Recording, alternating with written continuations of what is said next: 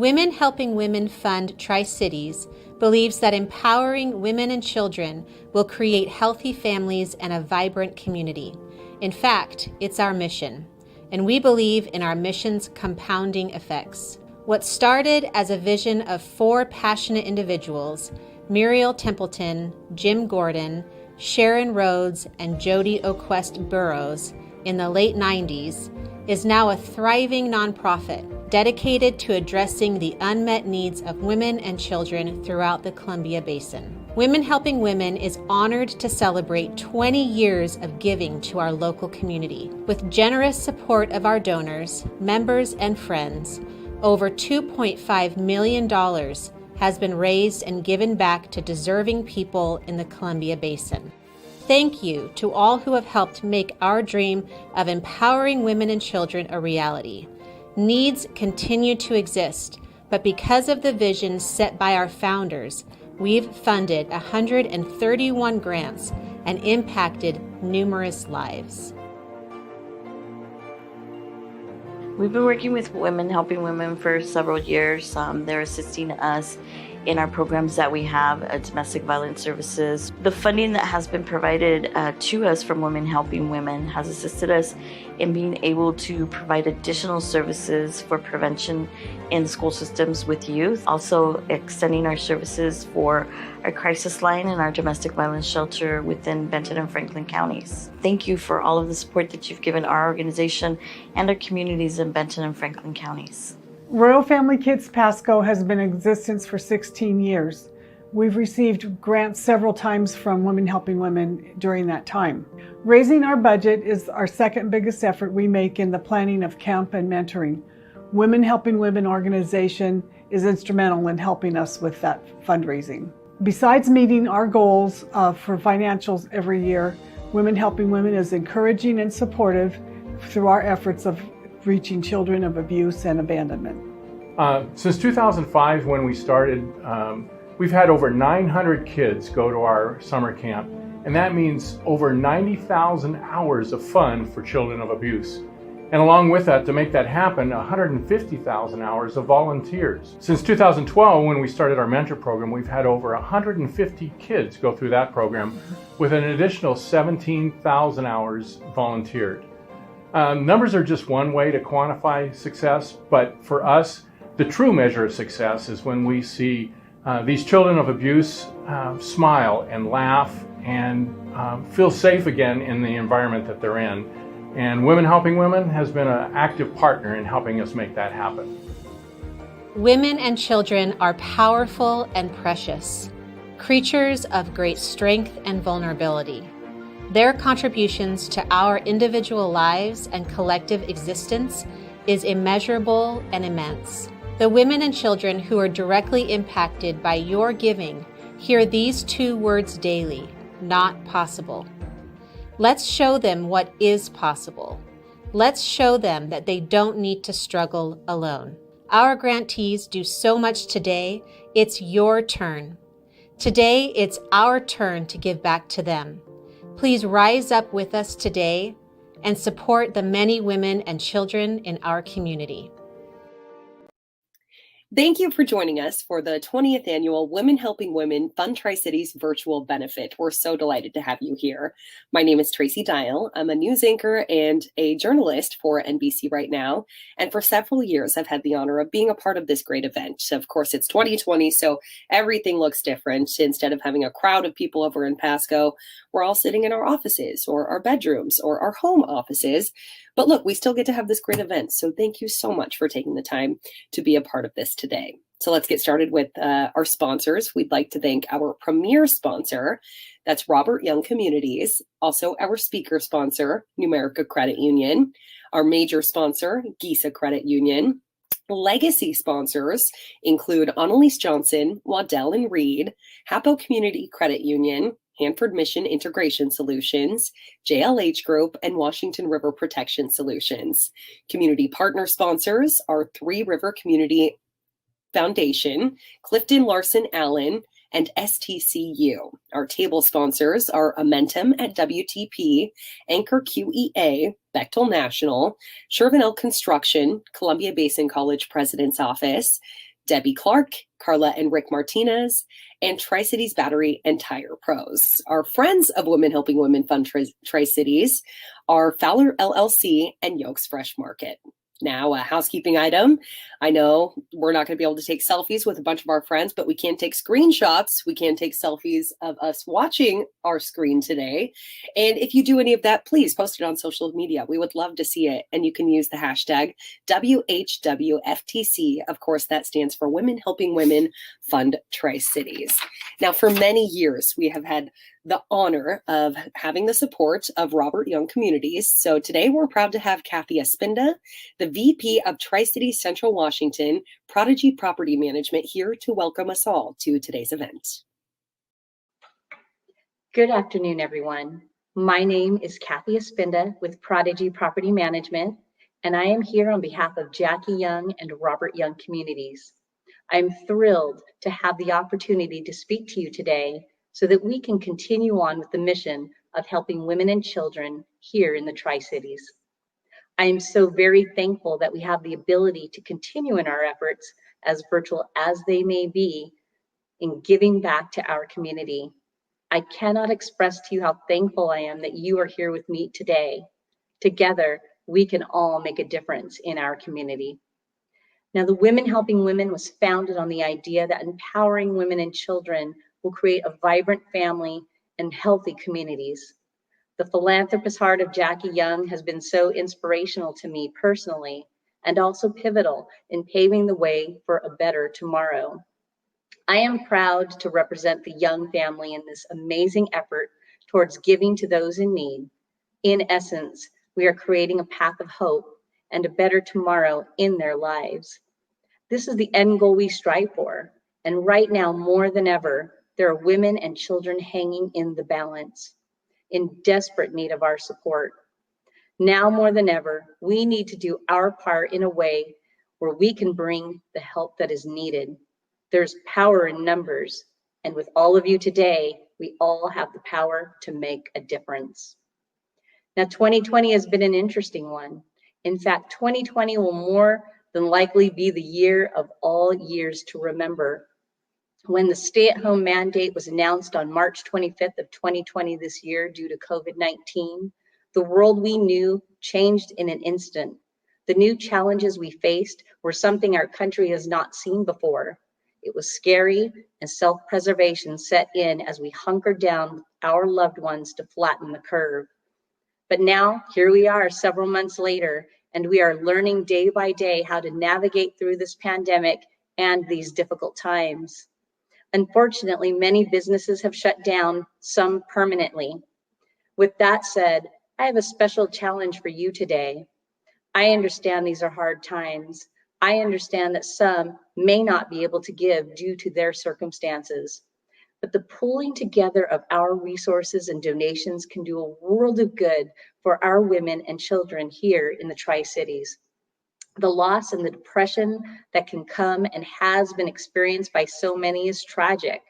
To be vibrant and healthy, people need to be self-sufficient and productive in society. When that is taken away, uncertainty sets in, and here we are, and we can help. So I urge you to consider giving a larger donation than you would normally give. I will be quadrupling my efforts this year versus my personal donation last year. There may be many who cannot give this year at all because of their financial circumstances due to the pandemic, and I completely understand that. But for those who are able, would you consider giving $1,000 or more? Watch that extra go the extra mile. We can all go the extra mile together. Lastly, with the opportunity to speak before so many amazing people, I have one last request. I get the sense with everything going on today that there are people who are starting to lose touch with humanity. Respect for others appears to be diminishing with so much going on. So I challenge you to be the example and to shine your positive light in this world in your interactions with others. There's plenty of negativity to go around, but what we need is more positivity, a little more kindness, and perhaps a little more grace. And if you believe in paying it forward, then I urge you to keep it positive. We have the individual responsibility to heal our lands together. No matter who you are, what you believe, please let us unite. Let's bring humanity back into the game. It is time. Thank you for being a part of this wonderful organization, and thank you to all of the people who have band together to make Women Helping Women Fund what it is today. Thank you, and have a great day. Thank you, Kathy, for your continued support. As you're all aware, 100% of funds contributed today will help fund 7 different programs benefiting women and children across the Tri-Cities region. So this year, the board has selected the following programs to fund.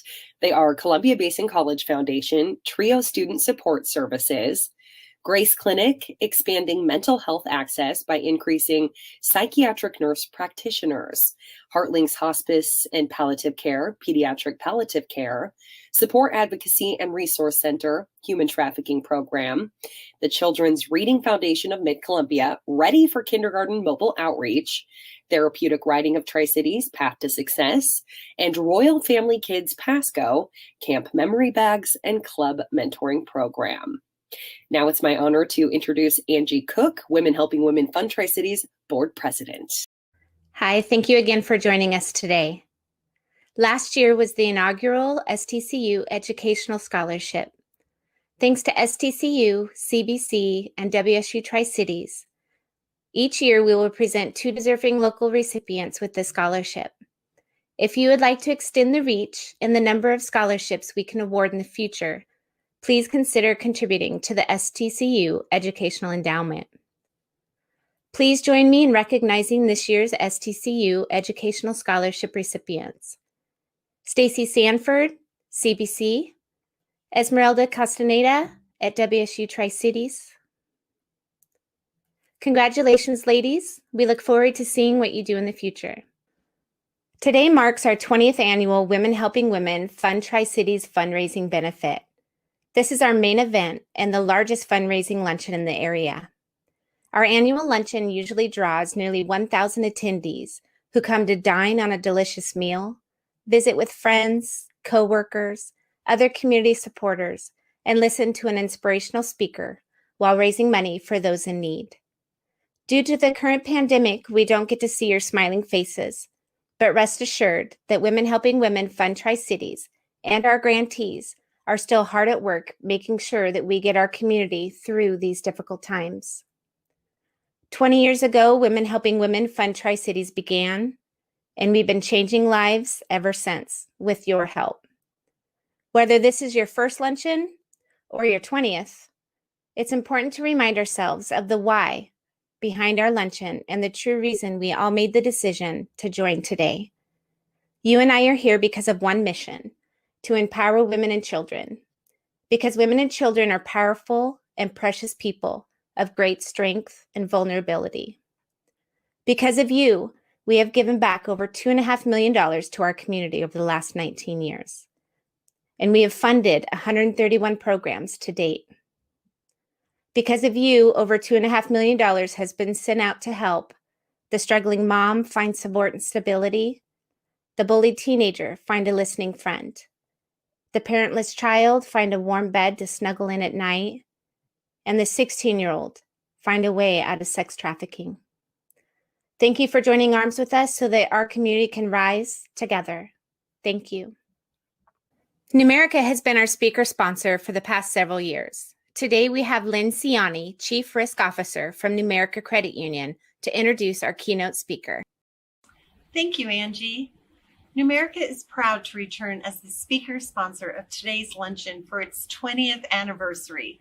As a community-minded organization dedicated to serving women and children in need, we believe today's event and the Women Helping Women Fund align perfectly with Numerica's core purpose of enhancing lives, fulfilling dreams, and building communities. While we certainly love to be celebrating in person this year, we commend the Women Helping Women Fund for making the decision to host today's event virtually. The truth is, during these times, the Women Helping Women Fund and the organizations they support need us now more than ever. The coronavirus pandemic has not only impacted the physical health of our region, but also the mental and financial health of so many households. The Women Helping Women Fund offers strategic grants to programs that help improve the lives of women and children in the area, offering both preventative and proactive initiatives. We have the opportunity to invest in those services today, and I hope you'll join me by giving generously. Numerica lives its core purpose each and every day by supporting causes that lend a helping hand, by creating leaders and celebrating our community. We do this by serving the financial needs of our 150,000 members. We also do this by supporting the work of our incredible nonprofit partners like Women Helping Women Fund and several of this year's grant recipients.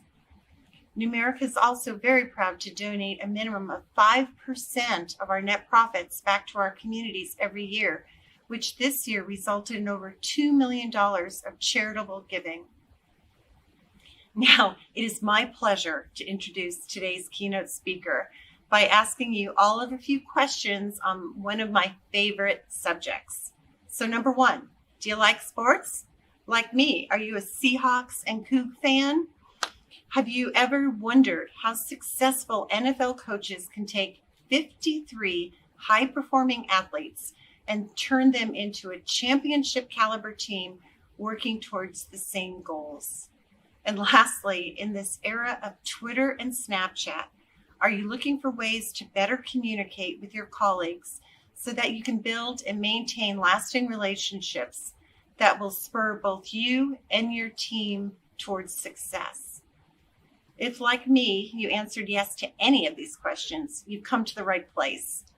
Our speaker spent 24 years as a journalist covering professional sports for some of the largest media outlets in the world. Truly my dream job. Most recently, she spent 7 years covering the National Football League for ESPN as an on-air reporter and analyst. She gave her unique perspective on SportsCenter, Outside the Lines, NFL Live, Pardon the Interruption, and The Sports Reporters, among other ESPN shows. She is also an accomplished writer who worked with Sports Illustrated and the Philadelphia Inquirer. When she's not working, she can be found losing to her 8-year-old son in touch football or trying to get her 5-year-old black lab to quit barking, which I can completely relate to. Please join me in welcoming from the great city of Philadelphia, speaker, writer, and cutter of her own grass, Ashley Fox. Thank you, Lynn, for that wonderful introduction. How adorable is she? And I love hearing you're a sports fan and a Seahawks fan. Just for you, I have my Super Bowl 48 program that you might remember. Seahawks beat the Broncos. First ever Super Bowl for you guys. I was in Seattle for the 2013 NFC Championship game when Richard Sherman, Legion of Boom, tipped a Colin Kaepernick pass intended for Michael Crabtree that sealed that Seahawks victory. I loved going to Seattle for games because the stadium is always so loud. And that night, in that moment on the sideline, it felt like the stadium was just going to lift off and go up into orbit. I was in Arizona a couple weeks later for the Super Bowl when Legion of Boom and the defense for the Seahawks hit Peyton Manning, the Broncos quarterback at the time, in the mouth for Super Bowl 48, and they never looked back, and they won the first Super Bowl in franchise history. It was amazing. Just a year after that, I was in Arizona for the next Super Bowl, which the Seahawks were also in, against the Patriots. And covering the Patriots was always a little tricky, but for Media Day that year, my assignment was covering Beast Mode, which you guys might remember. He was also a little tricky interview. And during that Media Day appearance, we asked him a bunch of questions. And every time after time, his answer was, "I'm here so I won't get fined. I'm here so I won't get fined. I'm here so I won't get fined." 4.5 minutes, and then he was out. A couple nights later, the Seahawks on the verge of winning it again. Pete Carroll doesn't give the ball to Beast Mode. Patriots win the game inexplicably at the end. And That was it. That's the thrill and the agony of sports, and why I love sports so much. I have one more Seattle story. I love the Seahawks. I love always going to Seattle. And I have a daughter who is now 16. And about 4 or 5 years ago, I took her to the NFL owners meetings with me. She was 11, 12. And one night I introduced her to Pete Carroll, because she, even though she's a lifelong Philadelphian, born and raised here, she likes the Seahawks, doesn't really care for the Eagles. It's sacrilege. I've had to deal with it, whatever. So I introduced her to Pete. Pete's gracious. He's wonderful. He says hello, takes a picture with her. It's awesome. The next day, I introduced her to the general manager of the Rams, who at the time were still based in St. Louis. Now they're in LA. And his name is Les Snead. And Les is married to a lady named Kara Henderson, who worked for a long time at the NFL Network. And they both have kids who are Ella's age. And Les says to my daughter, who's your favorite team? Now, she's 11, and she doesn't really realize that the Rams and the Seahawks are both in the NFC West, that they don't really like each other, that they're big rivals. And innocently, she says to him, I love the Seahawks. And Les, to his credit, and him being a good guy, looks at her and says, oh, yeah? Like, what do you like about him? Again, she's 11. And she proceeds to rattle off this whole list of things that she likes about the Seahawks. Number one, I love Pete Carroll. I love Russell Wilson. I love Beast Mode. I love Richard Sherman. I love Cam Chancellor. I love the Legion of Boom. On and on and on. And Les finally looks at her and says, can you name any of the Rams players? And she, again, innocently says, the Rams? No, I don't really care about the Rams. And then she says, oh, and by the way, my favorite thing about the Seahawks is I love their uniforms. And to his credit, Les goes, yeah, their uniforms are pretty cool, which of course they are. And that's one of the things I love about sports and getting to talk to people and see people and build relationships with people. And just Monday, I got back from a 3-week trip in Bosnia with Maya Kazazic, who was you all's speaker last year, for those of you who attended this event. We went to her hometown of Mostar, Bosnia, which is this old city. It's got this beautiful bridge that was built in the 1500s, and all the streets around the bridge are these cobblestone streets, narrow, beautiful. It's like something out of, a foreign time, land, everything. And one day we were walking to the bridge, and I see this kid come running by, and he was in a Seahawks jersey, a Marshawn Lynch Seahawks jersey. And I just looked at him. It was the only jersey I saw the whole time I was there. And I was like, wow, that's a pretty good omen for what I've got on my plate for when I come back. And so I'm really happy to be with you guys. I was, of course, like you, hoping that we would be doing this in person.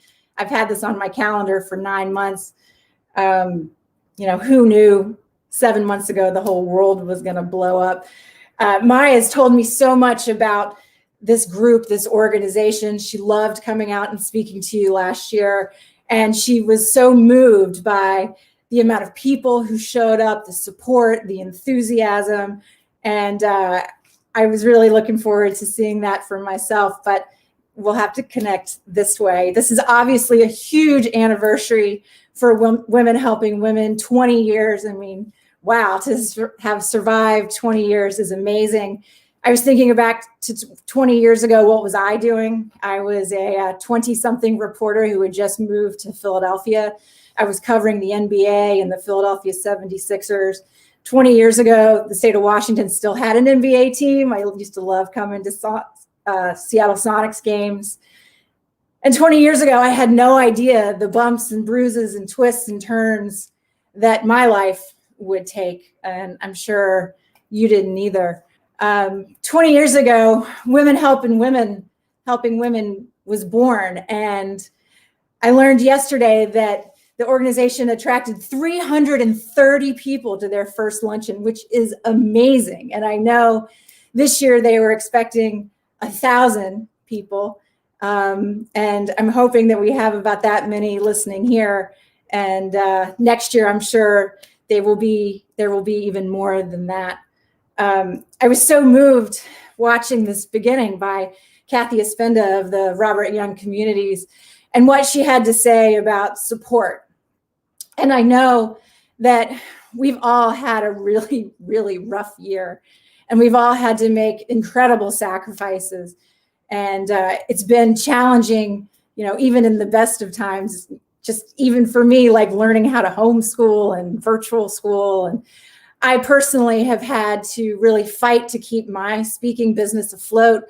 I count on people getting together to listen and to have big events. And so many of my events have been canceled. And I'm so grateful that Women Helping Women found a creative way to keep their event alive. And in the spirit of what Kathy said about quadrupling her donation, I pledge right now to donate $1,000 to the organization and to support this wonderful, wonderful group. And I know, we're all in different circumstances. And I would just encourage you, if you can give $1 to give $1, if you can give $10 to give $10, if you can give $100, give $100, give what you can, because, right now more than ever, women have to help women, women have to help children. And let's face it, we have to help humanity. So please give what you can. And I'm happy to give what I can. There are normally 4 things that I talk about to audiences, and I call them my lessons from the sideline. And they're the things that I learned during my nearly quarter century of a career covering sports in a highly male-dominated and competitive profession. Number 1 is that you have to believe in the impossible in order to make it possible. And my impossible was just becoming a sports writer at a time when there were very few women who were doing so. And my dream of becoming a sports writer started when I was in high school. And when I went to college, I told my parents I want to be a sports writer. And my father had been a college basketball coach, and he did not like sports writers. And he told me, he's like, you know what, Ashley, you need to go to business school. You're never going to make any money. It's going to be too hard for you. Don't become a sports writer. And led to kind of a tricky relationship later, but that's another conversation for another time. My mom was a stay-at-home mom and then a real estate agent. And then she started her own very successful real estate firm. And she encouraged me, and she said, you know what, you can do whatever you set your mind to, go after it. Number 2, you have to build, nurture, and maintain relationships. And a lot of times the hardest part of that is maintaining relationships. And I spent my career building relationships with predominantly male professional athletes, male coaches, male executives, and male commissioners. And I did it through hard work and being present and showing up day after day after day, especially on days after I'd said something critical or written something critical, and just showed up and said, here I am, let's have a conversation.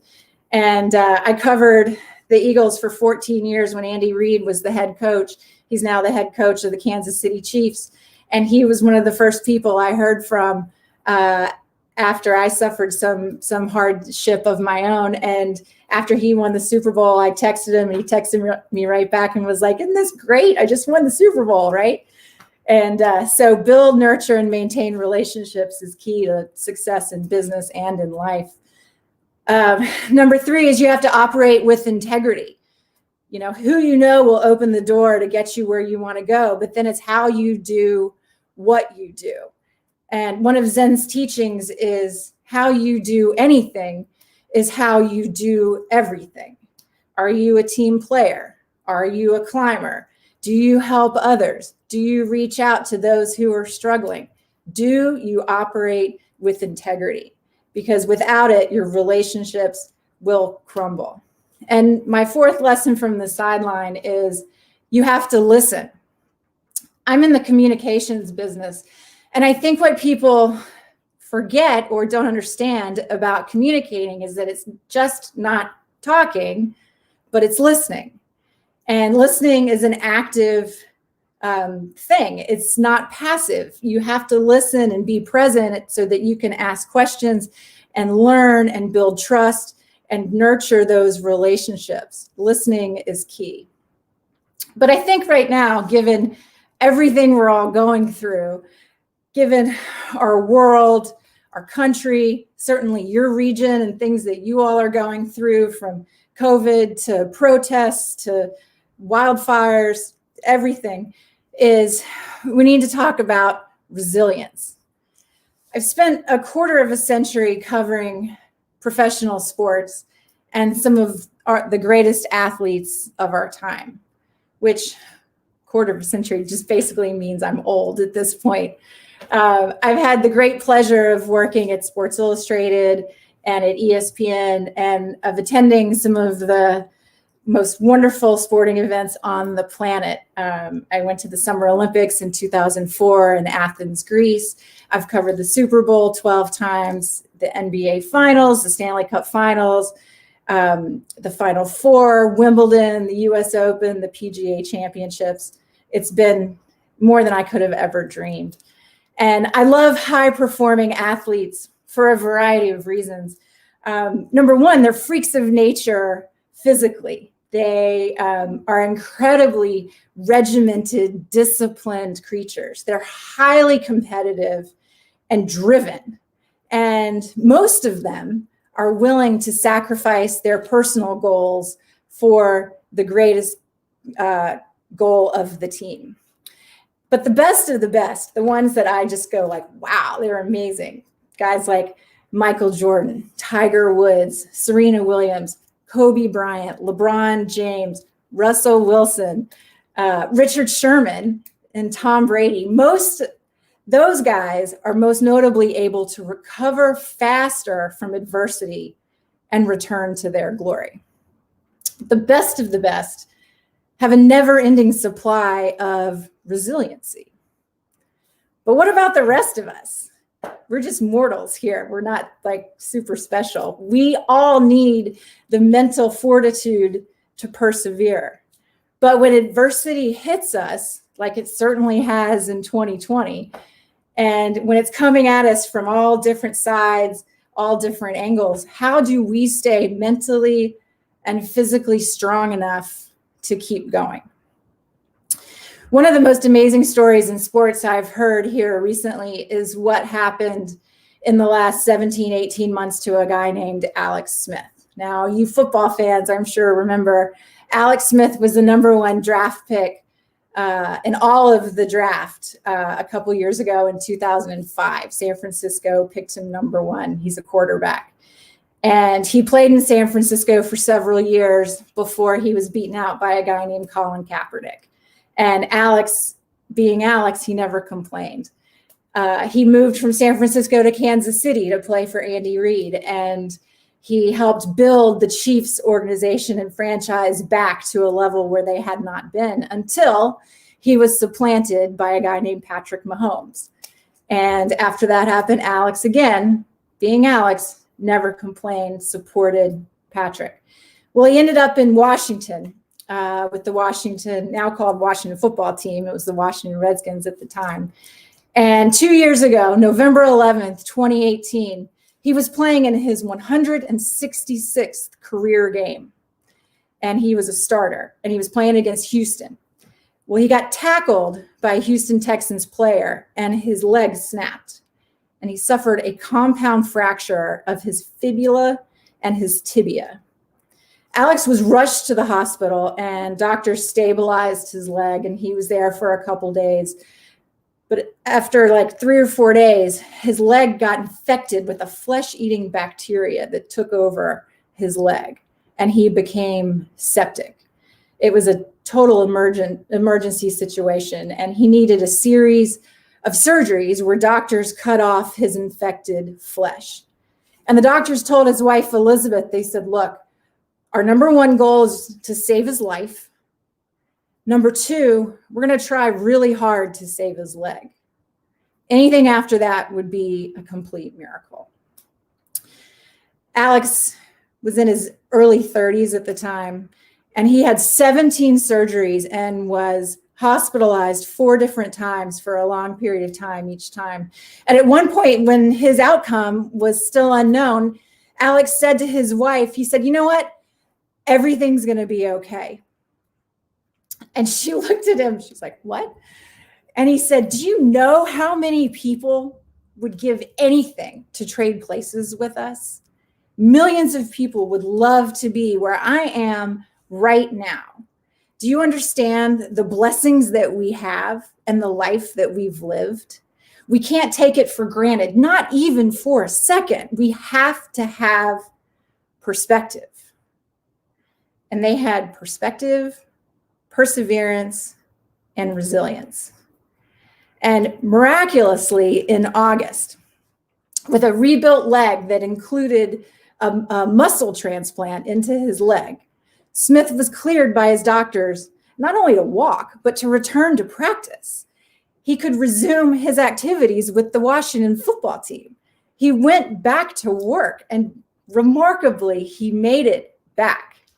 And just yesterday, it's incredible, just yesterday, Ron Rivera, the coach of the Redskins, benched their starting quarterback, which means Alex has now moved up the depth chart and is now sitting in the number 2 quarterback spot. If anything happens to the main quarterback, Alex is back on the field. It's just absolutely remarkable and inspirational. And, you know, life is full of challenges. Some of them are big, some of them are small, some of them are personal, some of them are professional. As I like to say, life is a contact sport, and how we react and how we cope and how we persevere, how we show resilience will come to define who we are, how we're judged, and ultimately how we're remembered. And I should know. A couple of years ago, I hit the trifecta of adversity in a 22-month span.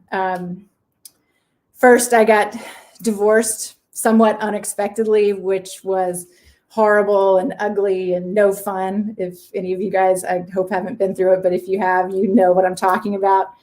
Then, just as I was finally recovering from that and starting to feel normal, I got laid off from my dream job at ESPN very unexpectedly and through no fault of my own. ESPN, which is owned by Disney, had to cut 100 front-facing talent, and I was one of them, and it floored me. Because I was under contract for the next 10 months, I was contractually prohibited from covering the NFL. And if I did so, I would forfeit my salary, which I had no intention of doing. So for the first time in 15 years, I didn't cover the NFL. And it just so happened that that was the year that the Eagles, my hometown team, made the Super Bowl. Now, I've covered the Eagles since 2001. I know everyone at the organization, from the owner of the team to the janitor of the practice facility and everyone in between. And I'd been talking to everyone throughout the season. I had all this information, but I couldn't do anything with it because I had nowhere to report it. So the Friday before the Super Bowl, and the Eagles were also playing the Patriots, I was feeling really sorry for myself. I was home and I was cooking dinner for my kids, and all my friends were in Minneapolis going to the game. And to make matters worse, my contract was expiring the day after the game. So I was on the verge of losing my salary, and I was really scared. And around 5 o'clock, my brother called me. And our father had been in the hospital in North Carolina for several weeks, and he had had pneumonia. And the doctors had cleared up the pneumonia, but he was still requiring a ridiculous amount of oxygen to breathe. And my brother told me he had just gotten word. The doctors had just told him that our father had a terminal lung disease that we didn't know about. And he was dying at 75. And my brother said, he's like, you have got to get down here to North Carolina. We have to tell him. So talk about perspective. So the next day I flew down to North Carolina, and together we told our father the news. And he had had several strokes in the years preceding this, which had forced him to retire from his job, to move in an assisted living facility. And his life had taken a fairly dramatic turn for the worse. And he was tired. He was kind of done. He didn't want to live hooked up to machines and take oxygen for the rest of his life, even if it meant that he could squeeze another 6 months out of life. So what we did was we imported a TV into his hospital room, and we watched the Super Bowl together for the first time since my brother and I had been kids and my dad had been, 30. The Eagles won, of course, their first one ever. It was huge. It was, there'd been more than 50 Super Bowls, and they finally won one. The couple of days later, my dad moved to hospice, and on Thursday of that week, we watched the Eagles parade through downtown Philly. They had like 2 million people. It was insane. And after the parade was over, my dad took off the oxygen that was keeping him alive, and a couple hours later, he took his final breath and died. And sorry. I was fortunate to be there with him, which was amazing. I'd been really struggling professionally and personally in the months leading up to that day. And it was tough. It still is, obviously. Sorry. But the next night, around midnight, my phone rang, or buzzed. It buzzed. I got a text message, and I looked at it, and it was from the Eagles owner, a man named Jeffrey Lurie. And he had just won the Super Bowl, and he just had this parade that he'd been trying to get to for his whole career. And he sent me a text, and it said, "Ashley, I just heard about your dad, and I'm so sorry, and I wanted you to know that I was thinking about you, and if you need anything, let me know. Big hugs, Jeffrey." And I still remember it. I was like, wow, it's amazing. He just had this career crowning achievement, and he just hosted this parade that was amazing. And somehow, I still don't know how, he'd heard about my dad, and he took the time to send me a note when there was nothing really I could do for him anymore because I wasn't working in the media. And he didn't mention the Super Bowl or the parade. He just mentioned me and my dad. And that was his priority. And his success is not a surprise because he puts relationships first. And he too is resilient. About 6 weeks later, it was a Saturday morning, and I was home alone.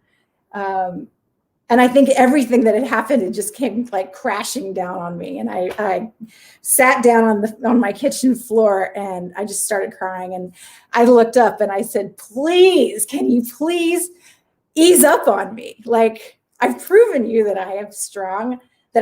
I've proven that I can handle everything and that I can keep going. I'm not going to quit, but really I've had enough. Like, can you please just take a break?"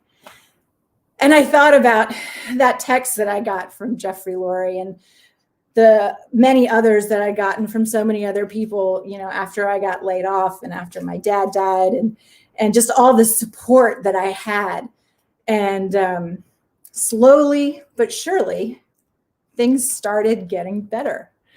I learned firsthand how to be resilient and how to keep going. And I want to share with you guys a couple of things that I learned in hopes that maybe you can take one or two and help you get through whatever it is that you're going through. Number one, I grieved. I cried a lot. I had days when I struggled to get out of bed. I couldn't eat really for months and months. I had no appetite. I kept waking up in the middle of the night after night after night, which is horrible because everything's worse in the middle of the night. And there were mornings when I really struggled to get out of bed, and I wasn't sure I could make it through another day. And I very consciously allowed myself that time to grieve and mourn and to be sad. Number two, I tried to maintain a sense of humor, which I still try. In the middle of it all, it was really hard. But there was one of those days when I couldn't get out of bed, and I was watching a morning show, and there was a psychologist on, and she was talking about triggers for depression. And one of the triggers, she said, was loss of a marriage. Another was loss of a loved one. Another was loss of a job. And I was like, well, what happens if all three of those things happen? Like, what are you allowed to feel then? And I just laughed and was like, well, at least I got that going for me. Like, I'm trying to overcome a lot. Number three, I exercised a lot. I trained for my black belt in karate. I worked out with a personal trainer. I ran hills. I did sprints. I went to kickboxing, and I pushed myself 12 times a week training. And I learned to break boards with my feet and my hands and my head. And it quite literally saved my life. Number four, I started listing my goals every day. And sometimes they were big goals. Sometimes they were medium goals. Sometimes they were small goals. And sometimes they were teeny tiny little goals, like take a shower or smile or pick up the kids at school. And I checked them off one by one and gave myself credit for the accomplishments. Number five, and this was actually Maya Kazazich's suggestion, I downloaded an app called I Am. And it might sound crazy, but I Am is an affirmations app. And it sends me affirmations throughout the day, like I am filled with confidence, or I am worthy of love. And I repeated them when they came in. I still do. And it helped my mind pivot from the things that it was telling me, like I am a loser for getting laid off from my job, or I am broken because I'm divorced. And it helped me become more positive and think, you know what? I am awesome and I am worthy. Number six, and I think this might be the most important, is I picked the one thing that I wanted most out of life, and I focused really hard on getting it. A lifelong friend of mine, a gal I've known since I was 20, she called me after I lost my job. She's a life coach now, and she said, you know what, Ashley, you're going to have to find happiness in the smallest of things right now. You got so much satisfaction out of your job, out of going on television, out of talking to important sports figures. Now you're going to have to find satisfaction in the little things like cooking dinner. And I was like, wow, okay, you're right. And it stuck with me. And I thought about, what do I want? And it seems really simple, but at the time it really wasn't. But I decided I just want to be happy. That's it. I just want to be happy, whatever that happiness looks like. And day by day, I worked toward that the way an athlete like Alex Smith rehabilitates from an injury. I rehabilitated myself, my heart, my head, my body, everything. And I became satisfied with just any bit of progress, an inch or a mile. And I coined a phrase, move the damn ball. And I did. I started my career as a motivational speaker. I'm working on a book, got another one in the wings. I've started a production company. I've created a forthcoming podcast. And on Monday morning, just a couple days ago, I returned from nearly 3 weeks in Bosnia and Croatia with Maya, one of the most amazingly resilient, inspirational people I know. We went to Bosnia. We're shooting a documentary. We're putting together a sizzle reel, and hopefully in a couple months, we're going to sell that. And I'm all of a sudden becoming a filmmaker, which is really cool. We went to Maya's native Mostar, and it's had a lot of, you talk about people who've had challenges. There was a genocide there. There's a third of the population who was killed. And yet they are positive people. Maya is the most positive person I know. And I drew so much inspiration from her. That was a trip she'd asked me to take, and I wasn't ready. She asked me in August. And I was like, I'm not going to Bosnia in the middle of a pandemic. Are you crazy? I was afraid to get on an airplane. I was afraid to leave my kids at the beginning of a school year that's been insane. I was afraid to be so far from home. I was afraid I wouldn't be able to get back into the country. And I was afraid I would end up with COVID. But while we were talking about this trip, I ended up with coronavirus anyway. I don't know what happened. I don't know how it happened. My county has been on lockdown since March 13th. I'd worn a mask since March 13th. I hadn't, gone anywhere but the grocery store and to run errands. And I got COVID anyway. And it freaked me out and shook me to my core. And I had to quarantine for 14 days away from my kids and my loved ones. And fortunately for me, it was super mild. I was tired. I was weary. I was really worried about everybody else. And I lost my sense of taste and smell. And then otherwise, I was good. So Maya promised me that trip to Bosnia would be a trip of a lifetime. And she was right. I had to fight back my fears, but I said yes, and I went. And it was challenging and exhilarating and life-changing. And it never would have happened, I don't think, had I not gone through all of the other things in my life, and had I not possessed a reservoir of resiliency that I really never even knew I had.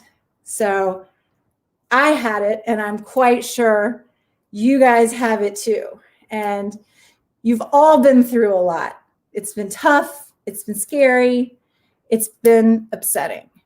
But I have come to believe through everything that I've been through that great success can come after great adversity, as long as you stay true to your core beliefs, which for me, believe in the impossible, build, nurture, and maintain relationships, have integrity, listen, and be resilient.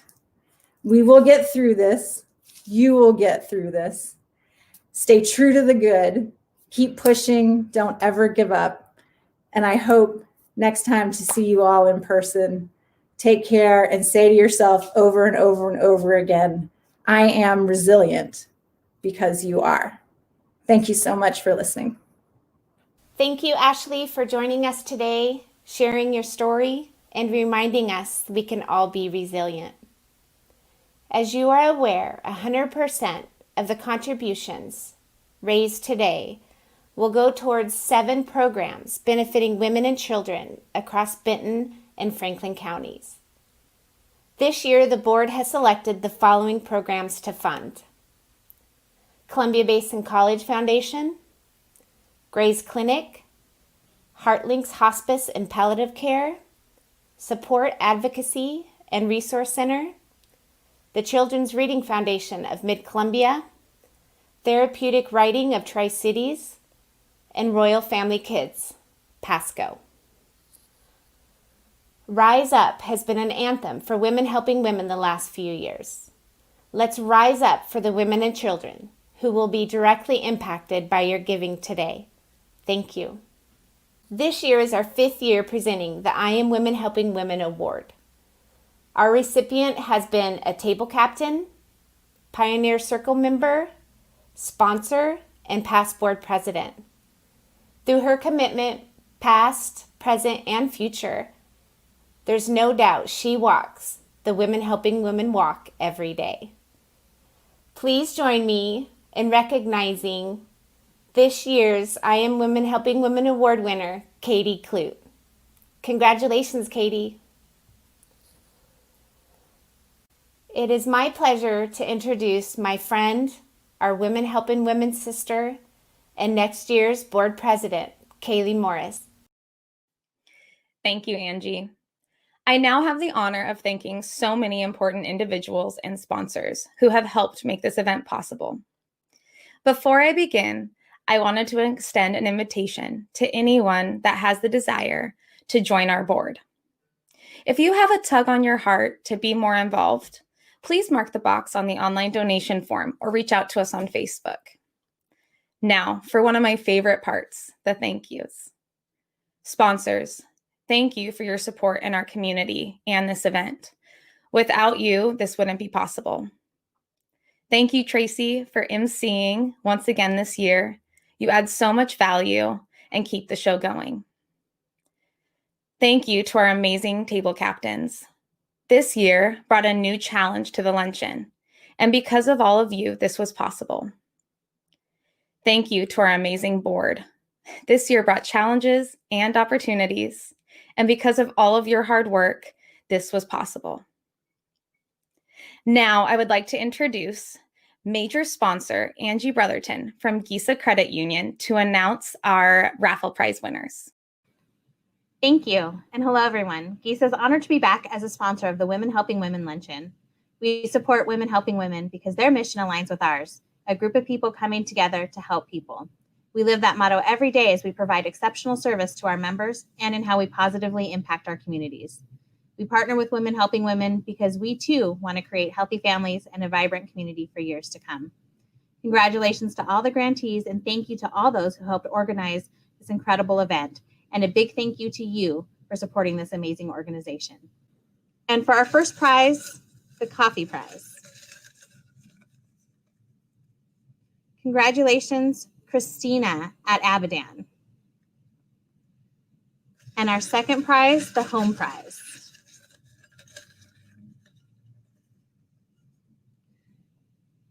Congratulations, Jason Chavez.